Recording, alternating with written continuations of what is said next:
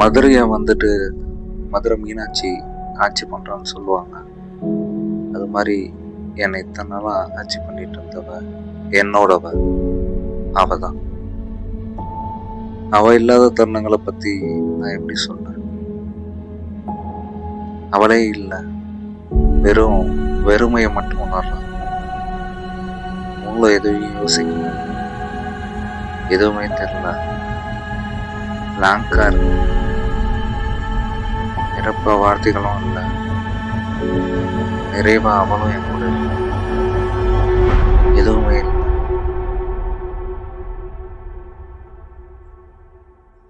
மௌனம் மட்டுமே பதில்,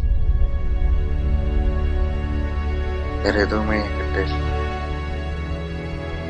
என்கிட்ட இருந்த சந்தோஷம் துர்க்கம் எதுவுமே இல்லாம அடபடம் மாதிரி ஃபீல் பண்றேன்.